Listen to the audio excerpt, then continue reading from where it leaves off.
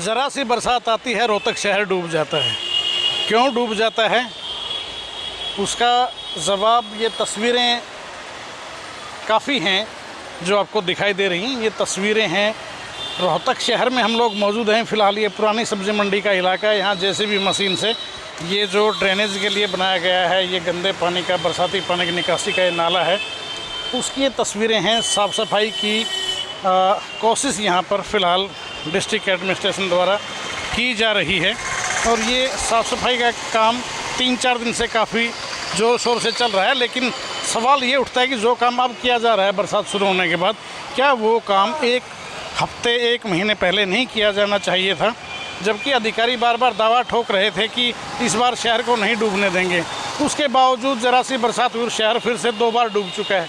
आज भी बरसात के आसार हैं। यहाँ कुछ लोग उनसे बात करने की कोशिश करेंगे। ये कब तोड़ा गया है नाला? ये 15 दिन हो गए जी। 14 तारीख के आसपास टूटा है। सफाई कब शुरू हुई इसकी? सफाई तो हो रही है साथ के साथ, सफाई तो कर हाँ सत की जा रही है। लेकिन हालत देख के तो नहीं लगता कि सफाई हो रखी है, तो बुरा हालात हुए। हाँ, बस ये काबू नहीं आ रही बात। तो क्या अतिक्रमण मुख्य कारण है या अधिकारी ध्यान नहीं देते ड्रेनेज व्यवस्था को सुधारने के? अतिक्रमण भी है, कुछ रेडी वाले भी इसमें कूड़ा डालते हैं, उससे भी परेशानी है। लेकिन मेन तो जो अधिकारी जो 15 दिन हो चुके हैं, इसमें कम से कम ज़्यादा नहीं तो अगर आदमी गिर जाए तो जान का भी नुकसान हो सकता है, बहुत ज़्यादा। बिल्कुल सही बात कही कि जान का नुकसान भी हो सकता है। और ये तो मेरे ख्याल से पुराना जो शहर है उसकी बरसाती पानी की निकासी का मेन रास्ता यही है। हाँ जी, हाँ जी। सवाल ये उठता है कि नींद से तब क्यों जागता है प्रशासन जब नुकसान हो चुका होता है? क्या ये काम जो अब किया जा रहा है ये बरसाती सीजन शुरू होने से पहले नहीं किया जाना चाहिए था? लेकिन उस वक्त तो अधिकारी शायद सिर्फ प्रेस रिलीज जारी करने तक सीमित थे और दावे ठोकने में बिजी थे कि हम शहर को नहीं डूबने देंगे, लेकिन बावजूद उसके शहर डूब रहा है। और मामले की पड़ताल करते हुए हम पहुंचे हैं फ़िलहाल फूड ग्रेन मार्केट के साथ लगते डिस्पोजल पर। ये डिस्पोजल नंबर 1 कहा जाता है। इसके सूरत हाल आपको दिखाते हैं। ये तस्वीरें आपको भी हैरान कर देंगी, परेशान कर देंगी, क्योंकि इन तस्वीरों को अगर आप देखेंगे तो आपको पता चलेगा कि शहर की साफ़ सफाई व्यवस्था, जो ड्रेनेज का सिस्टम है, वो कंडम क्यों हो गया है। ये तस्वीरों में जो आप देख रहे हैं ये डिस्पोजल नंबर 1 का पहला जाल है। ये जो नाला है, इस नाले में पुराने शहर का काफ़ी बड़ा एरिया है जिसका सारा बरसाती पानी यहाँ से निकाला जाता है। इसमें शामिल है भिवानी स्टैंड इलाका, रेलवे रोड, अनाज मंडी, माल गोदाम रोड, कच्चा बेरी रोड, गढ़ी मोहल्ला, इंदिरा कॉलोनी, किला रोड, प्रताप बाज़ार, प्रताप मोहल्ला। ये पूरा इलाका जो है इसका ड्रेनेज का जो सिस्टम है वो इसी डिस्पोजल के ज़रिए निकाला जाता है। और मैं एक बार कैमरामैन साथी नवीन को कहूँगा ये तस्वीरें ज़रा एक बार दिखाएं। अधिकारी बेशक दावे करते रहे, लेकिन हकीकत ये तस्वीरें बयां कर रही हैं कि लंबे समय से इस नाले की सफाई ही नहीं की गई है। कागज़ों में चाहे आप कुछ भी दिखाते रहें, लेकिन सच्चाई यही है कि आपने लापरवाही बरती है। इस नाले की सफाई नहीं की गई है, जिसकी वजह से इसकी क्षमता भी कम हुई है और यहाँ से जितना पानी जितनी जल्दी निकलना चाहिए वो नहीं निकल पाता है। वो दूसरे नंबर का जो जाल है वो लगा है कि पहले में जो कचरा है वो अटक जाए, तो उसके बाद ये दूसरा नंबर का जाल यहाँ पर लगा हुआ है। ये मैं एक बार कहूँगा नवीन को। नवीन ज़रा तस्वीरों में दिखाइए आप। ये सेकंड जाल है जो लगा हुआ है। इसी तरह से आगे यहाँ अगर बात करेंगे तो वो आगे तीसरा जाल है। इस तरह करके ये इसलिए लगाए गए हैं जाल ताकि यहाँ पर कूड़ा कचरा जो है वो रुक जाए, उसको पहले ही छांट दिया जाए और आगे फिर जो बरसाती पानी है उसकी आसानी से निकासी हो सके। इसके अलावा जो ये कुआं बना हुआ है इसकी हकीकत भी आपको दिखाते हैं कितनी सफाई हुई है। नवीन कुमार एक बार ज़रा दर्शकों को दिखाएं कि कुएं की सफाई की ये हालत है।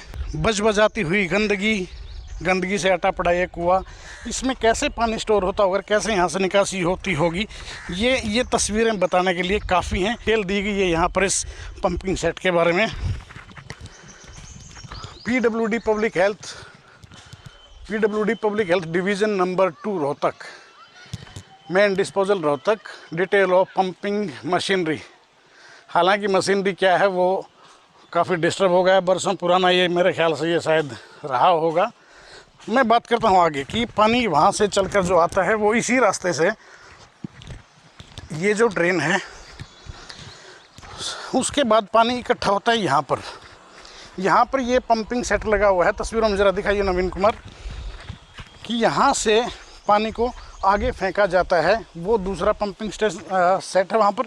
पहला पंपिंग सेट जो है, इसकी हकीकत भी आपको दिखाते हैं कि यहाँ पर जो मोटरें रखी गई हैं, कहा तो ये जाता है कि पर्याप्त संख्या में मोटर रखी गई हैं जो पंपिंग सेट जो वो बाहर पंप करके पानी को फेंक देता है, जो ड्रेन नंबर 8 तक जाता है। और ये मैं आपको दिखाता हूँ, ये पंप हाउस है। Set number 1 75 HP, set number 2 100 HP, discharge 10 + 10 20, यानी कि टोटल ये कैपेसिटी है। और मोटर्स की बताया गया है, ये मोटर जो पंपिंग सेट लगाया गया है। आगे की स्थिति भी हम आपको तस्वीरों में दिखाएंगे कि आगे कैसे पानी यहाँ से ड्रेन के ज़रिए बाहर भेजा जाता है, वो तस्वीरों में भी आपको देखने को मिलेगा। ये 400 kVA का ट्रांसफार्मर नंबर 2 रखा हुआ है। ये पंप हाउस दूसरा है जो set number 50 horse power, discharge 10 काउसेस। यहाँ पर अंधेरे के सिवाय आपको कुछ नज़र नहीं आएगा। और इससे आगे अगर चलते हैं तो ये तस्वीरों में आपको दिखाएंगे विस्तार से हम कि किस प्रकार से रोहतक शहर की जो ड्रेनेज व्यवस्था है वो कैसे काम करती है और क्यों शहर के ये हालत हो गए हैं। ये एक दूसरी मोटर आ गई है, 50 HP का ये इसकी कैपेसिटी है। यहाँ पर ये जो पहला जो हमने आपको दिखाया तस्वीरों में, उसके बाद ये दूसरी तस्वीर थी। और ये मैं एक बार फिर से अपने साथी को कहूँगा, वीडियो जर्नलिस्ट को, कि ये दिखाएं कि ये वही नाला है जो उधर से आता है। 3 जाल लगे हुए हैं, उन जालों के बाद ये यहाँ पर ये पानी आता है। और ये जो तस्वीरों में आपको जो पंपिंग सेट नज़र आ रहे हैं, यहाँ से इस पानी को उठाकर आगे फेंका जाता है।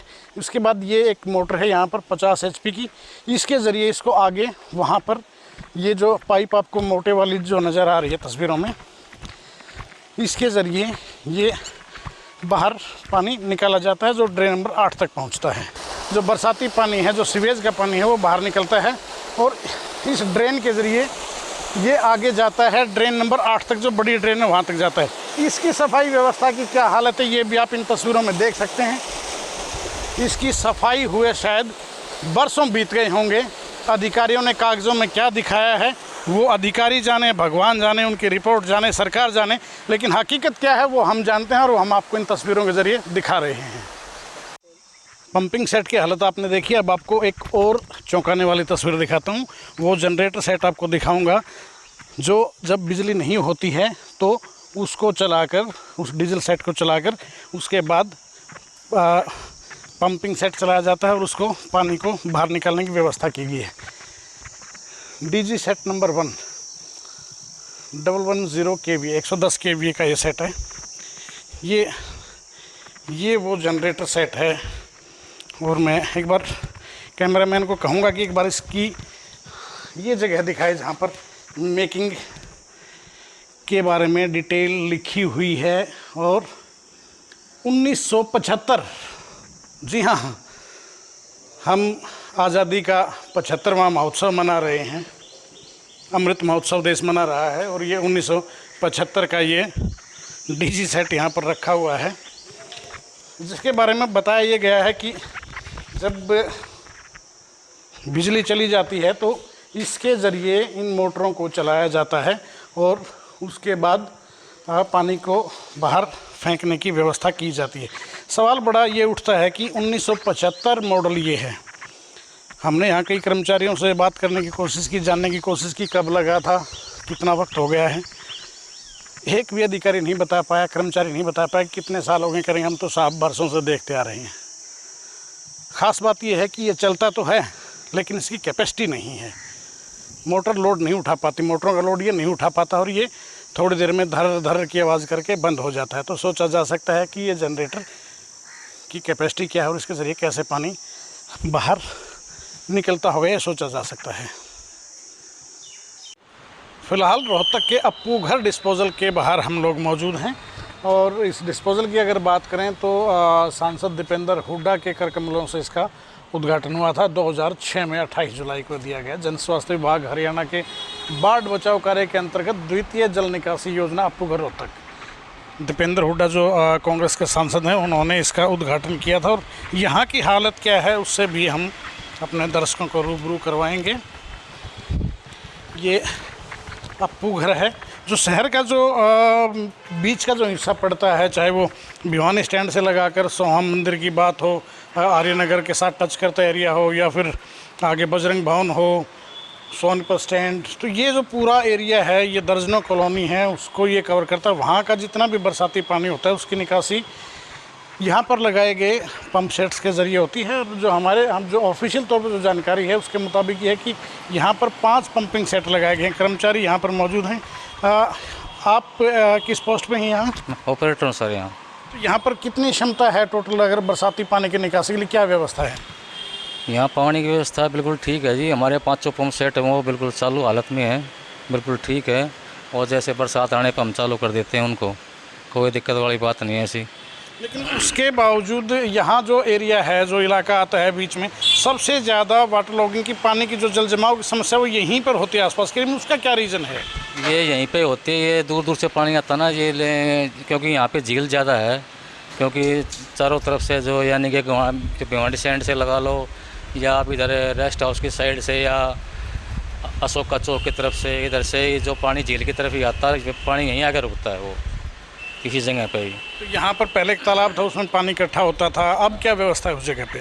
अब ये व्यवस्था ये है जी कि वहाँ पे फ़िलहाल तो पानी निकाल रहे हैं उसका, लेकिन बरसात में पानी तो करिए लेता ही है। अगर पहले की तरह ये होता तो और ज़्यादा पानी लेता है। ये तालाब है जो तस्वीरों में आप देख रहे हैं, ये वो तालाब है जहाँ पर पानी इकट्ठा होता है और उसके बाद इन 5 पंपिंग सेट के ज़रिए इस पानी को शहर से बाहर ड्रेन नंबर 8 में भेजा जाता है। ख़ास बात एक और आपको मैं बताऊँ मैं कि ये पहले ये पूरा इलाका जो आप देख रहे हैं तस्वीरों में, ये पूरा इलाका तालाब होता था। हालांकि अब इसको आधा कर दिया गया है तालाब के हिस्से को। यहाँ पर मनोहर पार्ट 1 में एक प्रोजेक्ट आया था, फूड कोर्ट बनाने का यहाँ पर प्रोजेक्ट लाया गया था, जिसके तहत ये किया गया था कि तालाब का दायरा जो है, क्षेत्रफल जो वो घटा दिया गया, काफ़ी आधे से भी कम कर दिया गया, और बाकी चारों तरफ दुकानें बनाकर बेचने का एक प्रोजेक्ट आया था। हालांकि वो प्रोजेक्ट पाइपलाइन में ही रहा, आधा अधूरा रहा, पैसे का अभाव रहा, जो भी कारण रहे, लेकिन वो प्रोजेक्ट पूरा नहीं हो पाया। हाँ, उसकी वजह से लोगों की दिक्कतें ज़रूर बढ़ गई, क्योंकि तालाब का जो क्षेत्र था वो घट गया और पानी की जो क्षमता थी, यहाँ पर जो पानी जो इकट्ठा हो जाता था वो कैपेसिटी कम हो गई है, जिसकी वजह से सड़कों पर या आसपास के इलाकों में पानी भरना शुरू हो गया। तो कहने में कोई दो राय नहीं है कि ये प्रोजेक्ट कहीं न कहीं स्थिति के लिए जिम्मेदार है कि शहर में जो बीच में पानी इकट्ठा होता है।